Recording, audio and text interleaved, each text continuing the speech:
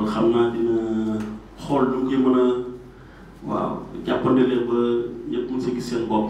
ndax suñu wax xale yu nekk si mbedd mi daal di am na loolu lu baax boo xam te war nañ ko jouer. Je pense que la koy def assemblée générale ak préfet waxtaan ngeen si waxtaan bi am solo xam ne mbir mi du mbiru daara kese mais mbir acteur yëpp la donc au niveau du département ku ne amoo sa wàll donc boo si war a mën a jouer surtout en termes de prévention et de prise en charge donc loolu donc je vais dire au nom du préfet du département de Thiès donc déclarer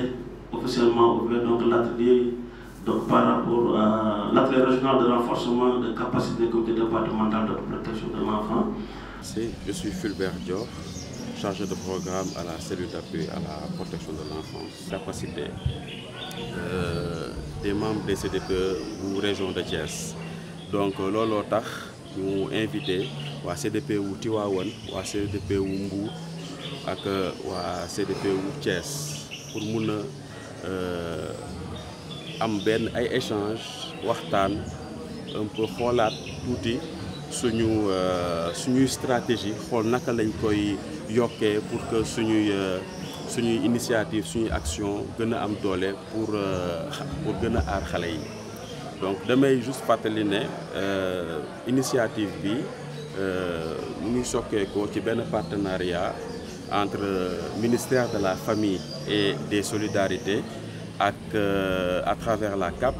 ak l'agence andalouse de coopération internationale pour le développement bu nekk benn agence espagnole boo xam ne dañuy jàppale à travers un appui institutionnel. Boo déggee appui institutionnel nag mooy lu fi nekk la ñuy ñëw dooleel c'est pas loo xam ne dañuy ñëw substituer par rapport ak lu fi nekk gis nañ ne lu fi nekk nécessité na ñu renforcer ko améliorer ko moo xam techniquement moo xam financièrement. Looloo tax ministère bi lëkkaloo ak bépp ministère yoo xam ne sont des ministères clés yoo xam ne dañuy intervenir ci protection de l'enfance pour ensemble ñu mën a harmoniser suñuy intervention pour que suñuy activité pour que suñuy action gën a mën a laal xale yi bu baax a baax. Initiative bii nag dafa am benn principe ci droit de l'enfant bu ñuy naan benn règle fondamentale bu ñuy naan non discrimination boo ko déggee pendant bi mooy égalité. Donc bàyyi ñu xale en situation de rue bàyyi ñu xale daara ñëpp la ñuy si boole parce que tamit suñu responsabilité en tant que état mooy ñu jàppale leen fépp fu ñu mënti nekk. Bu dee ci daara yi la tamit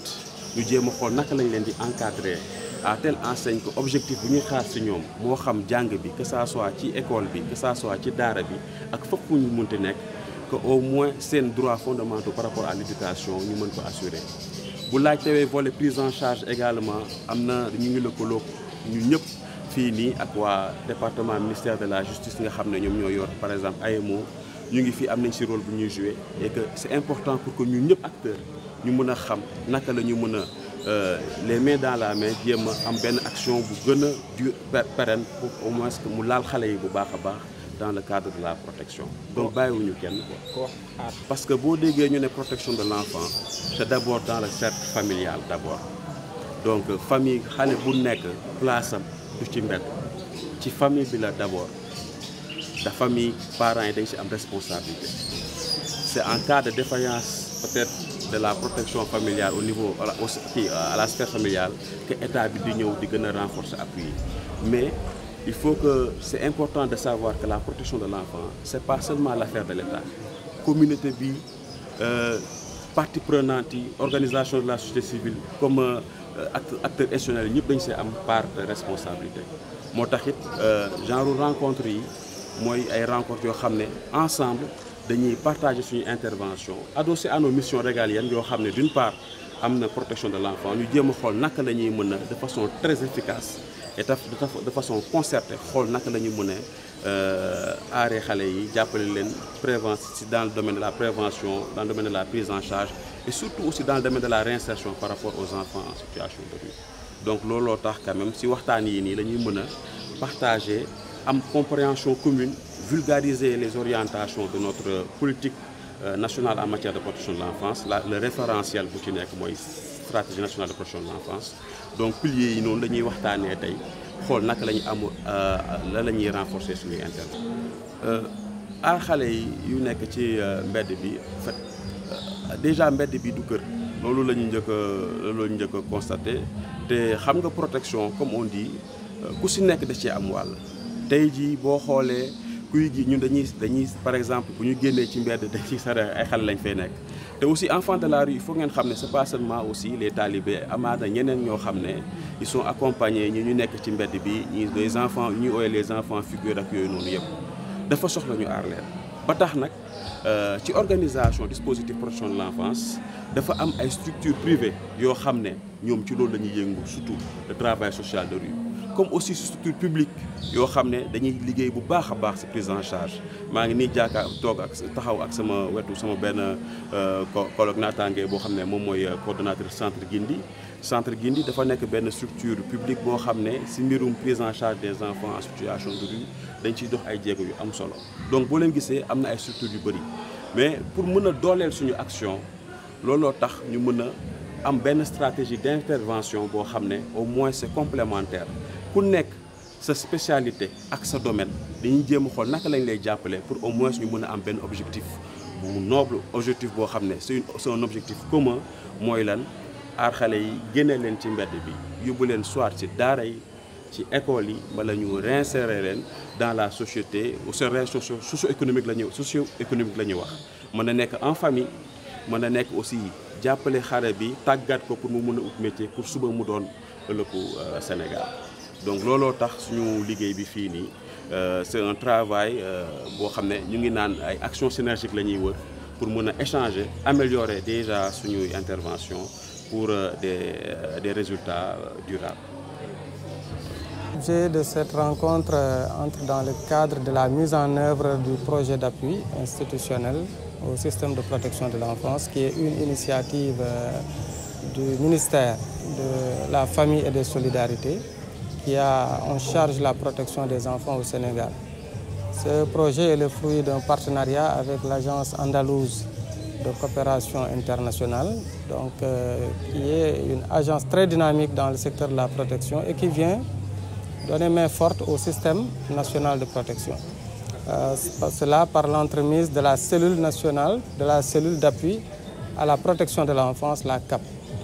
Donc ce projet est une initiative qui va s'étaler sur une période de 19 mois, une phase pilote de mise en œuvre du projet qui va cibler des axes clés de la protection. Une forte campagne de sensibilisation et de mobilisation des acteurs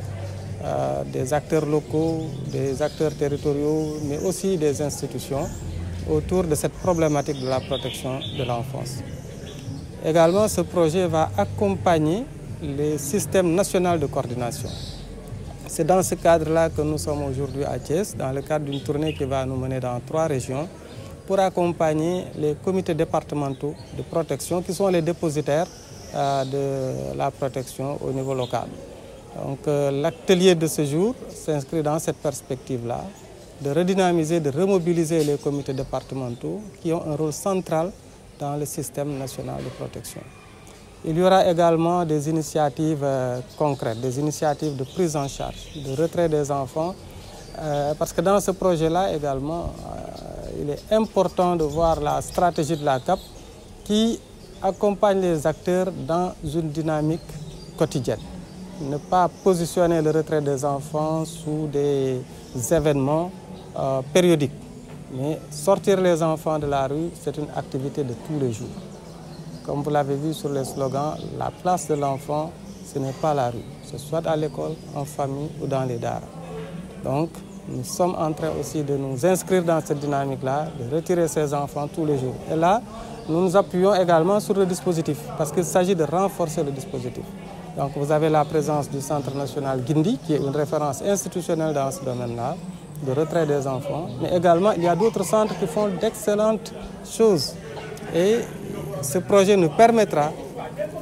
d'apprendre des expériences des uns et des autres, de tirer les bonnes leçons et de les éparpiller, de les mettre à l'échelle.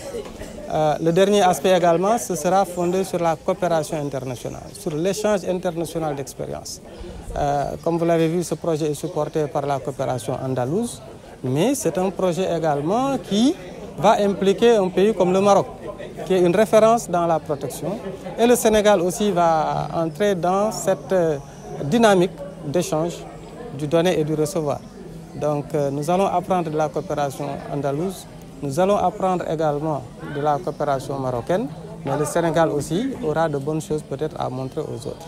Donc c'est dans cette dynamique-là que nous sommes là aujourd'hui pour la mise en œuvre de ce projet. Et nous nous félicitons également de l'accueil à Thiès par les autorités, le gouverneur, le préfet qui nous ont accordé le meilleur accueil, mais également la qualité des représentants donc, qui sont là avec nous aujourd'hui. Wow, donc...